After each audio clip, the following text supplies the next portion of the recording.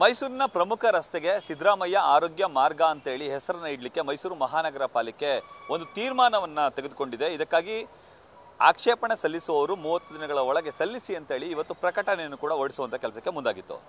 ಈ ಸಂಬಂಧ ಪರಿಸರ ಸಂರಕ್ಷಣಾ ಸಮಿತಿಯವರು ಸದ್ಯ ಈಗ ಆಕ್ಷೇಪಣೆಯನ್ನು ಸಲ್ಲಿಸಿದ್ದಾರೆ. ನಮ್ಮ ಜೊತೆ ಭಾನು ಮೋಹನ್ ಅವರಿದ್ದಾರೆ, ನಾನು ಅವ್ರನ್ನ ಮಾತಾಡ್ತಾ ಹೋಗ್ತೀನಿ. ಮೇಡಮ್, ಯಾಕೆ ಮೇಡಮ್ ಆಕ್ಷೇಪಣೆ ಸಲ್ಲಿಸಿದ್ರಿ? ಈಗ ಮಹಾನಗರ ಪಾಲಿಕೆಯಿಂದನೇ ಪ್ರಕಟಣೆ ಆಗಿತ್ತು ಈ ರೀತಿ ಅಂತ ಹೇಳಿ. ಸೊ ನಮ್ಮ ಗಮನಕ್ಕೆ ಏನಂದರೆ, ಈಗ ಸನ್ಮಾನ್ಯ ಸಿದ್ದರಾಮಯ್ಯನವ್ರ ಮೇಲೆ FIR ಇದೆ ಭೂ ಹಗರಣದ ಬಗ್ಗೆ. ಸೊ ಹಿಂಗಿರುವಾಗ ಯಾವುದೇ ಒಬ್ಬ ವ್ಯಕ್ತಿ ಮೇಲೆ FIR ಇರುವಾಗ ಆ ವ್ಯಕ್ತಿ ಹೆಸರನ್ನ ರಸ್ತೆಗೆ ಇಡಬಾರ್ದು. ಯಾಕೆ? ಅದು ಆರೋಗ್ಯ, ಸಿದ್ದರಾಮಯ್ಯನವರ ಆರೋಗ್ಯ ರಸ್ತೆ ಅಂತ ಮಾಡ್ತಿದ್ದಾರಲ್ಲ. ನಮ್ಮ KR ಹಾಸ್ಪಿಟ್ಲಲ್ಲಿ ಬಂದು ನೋಡಿ, ಅಲ್ಲಿ ಒಂದು ಉಚಿತವಾಗಿ ಯಾರಿಗೂ ಏನು ಆರೋಗ್ಯಕ್ಕೆ ಸಿಗ್ತಾನೆ ಇಲ್ಲ, ಎಲ್ಲದಕ್ಕೂ ಹೊರಗಡೆನೆ ಬರೀತಾರೆ. ಇವ್ರು ಏನು ಆರೋಗ್ಯ ಕೊಡ್ತಿದ್ದಾರೆ ಅಂತ ಅವ್ರ ಹೆಸರನ್ನ ಅಲ್ಲಿಗೆ ಇಡಬೇಕು.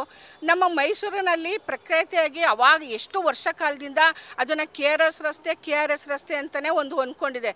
ಈ ಲಕ್ಷ್ಮೀ ವೆಂಕಟರಮಣ ಸ್ವಾಮಿ ದೇವಸ್ಥಾನದಿಂದ ಹಿಡಿದು ಅಲ್ಲಿ ರಾಯಲ್ ಇನ್ವರೆಗೂ ಆ ರಸ್ತೆಗೆ ಇಡಬೇಕು ಅಂತ ಹೇಳಿದ್ದಾರೆ. ಆದರೆ ನಾನು ಇದಕ್ಕೆ ವಿರೋಧ ವ್ಯಕ್ತಪಡಿಸ್ತಾ ಇದ್ದೀನಿ. ಇವ್ರ ಮೇಲೆ ಕಾನೂನು ಇದು ಒಂದು ಶಿಕ್ಷೆ ಇರೋದ್ರಿಂದ ಒಂದು ನ್ಯಾಯಾಲಯದಲ್ಲಿ ತೀರ್ಪು ಬರ್ದೇನೆ ಹೇಗೆ ಈ ರೀತಿ ಕೌನ್ಸಿಲಿಂಗ್ ಸಭೆಯಲ್ಲಿ ನಿರ್ಣಯ ಮಾಡೋದಕ್ಕೆ ಇವ್ರು ಯಾರು ಸುಪೀರಿಯರಾ?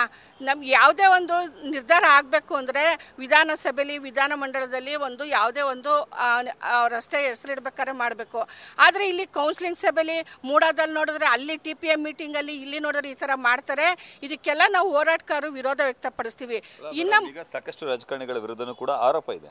ಅಂತರಲ್ಲಿ ಸಿದ್ದರಾಮಯ್ಯ ಅವ್ರ ವಿರುದ್ಧನೇ ಯಾಕೆ ಈ ರೀತಿ ಆಕ್ಷೇಪಣೆ ವ್ಯಕ್ತಪಡಿಸ್ತಿದೆ? ನಾನು ಈಗ ಯಾಕೆ ಅಂದರೆ, ಈಗ ಸದ್ಯದಲ್ಲಿ ಬೇಕಾದರೆ ಇವ್ರದ್ದು ಕೋರ್ಟ್ ಕೇಸ್ ತೀರ್ಮಾನ ಆದಮೇಲೆ ಬೇಕಾದರೆ ಇಟ್ಕೊಳ್ಳಿ, ಆವಾಗ ನಾವೇನು ಆಕ್ಷೇಪಣೆ ಮಾಡೋಕ್ಕಾಗಲ್ಲ. ಈಗ ಅವ್ರ ಮೇಲೆ FIR ಆಗಿ ನ್ಯಾಯಾಲಯದಲ್ಲಿ ನಡೀತಿದ್ದು ವಾದ ವಿವಾದ ನಡೀತಿರೋದ್ರಿಂದ ಈಗ ಇಡಬಾರ್ದು. ಸದ್ಯಕ್ಕೆ ಇದನ್ನು ತಡೆ ಹಿಡೀರಿ.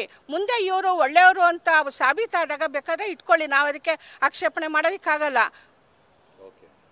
ಈಗ ಸದ್ಯಕ್ಕೆ ಆಕ್ಷೇಪಣೆ ವ್ಯಕ್ತಪಡಿಸಿದ್ರಿ ನೀವು, ಏನಂತ ಹೇಳ್ತಾರೆ ಮೇಡಮ್ ಅಧಿಕಾರಿಗಳು? ಇನ್ನು ಈಗ ಕೊಟ್ಟಿದ್ದೀವಿ ಮಾಹಿತಿ. ನಾವು 1-2 ದಿನ ಬಿಟ್ಟು ಅವ್ರನ್ನ ಭೇಟಿ ಆಗಬೇಕು. ಯಾಕೆಂದರೆ ಕೊಟ್ಟ ತಕ್ಷಣ ಯಾವುದೇ ಸಡನ್ನಾಗಿ ಮಾಹಿತಿ ಕೊಡಲ್ಲ. ನಾವು ಇದಕ್ಕೆ ಮೇಲ್ಪಟ್ಟ ಅಧಿಕಾರಿಗಳನ್ನ ಸಂಪರ್ಕಿಸಬೇಕು ಅಂತ ಹೇಳ್ತಾರೆ. ಈಗ ನಾವು ಸೂಪರ್ಡೆಂಟ್ ಇಂಜಿನಿಯರ್ ಅವ್ರು ಕೊಟ್ಟಿದ್ದೀವಿ.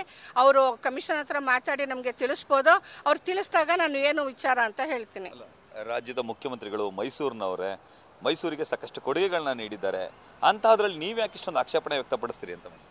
ಮೈಸೂರಿನವರೇ ಸಾಕಷ್ಟು ಕೊಡುಗೆ ನೀಡಿದ್ದಾರೆ ಅಂದರೆ, ನಾನು ನನ್ನ ವೈಯಕ್ತಿಕವಾಗಿ ಹೇಳೋದು, ನಮ್ಮ ಮೈಸೂರು ನಗರದಲ್ಲಿ ಇರೋದು ಮಹಾರಾಜರುಗಳ ಕೊಡುಗೆ ಇದೆ ವಿನಃ ಯಾವುದೇ ಒಂದು ರಾಜಕಾರಣಿಗಳು ತಮ್ಮ ಸ್ವಂತ ಖರ್ಚಿನಲ್ಲಿ ಮಾಡಿರೋ ಅಂಥದ್ದು ನೀವು ಮಾಧ್ಯಮದಲ್ಲಿ ತೋರಿಸಿ.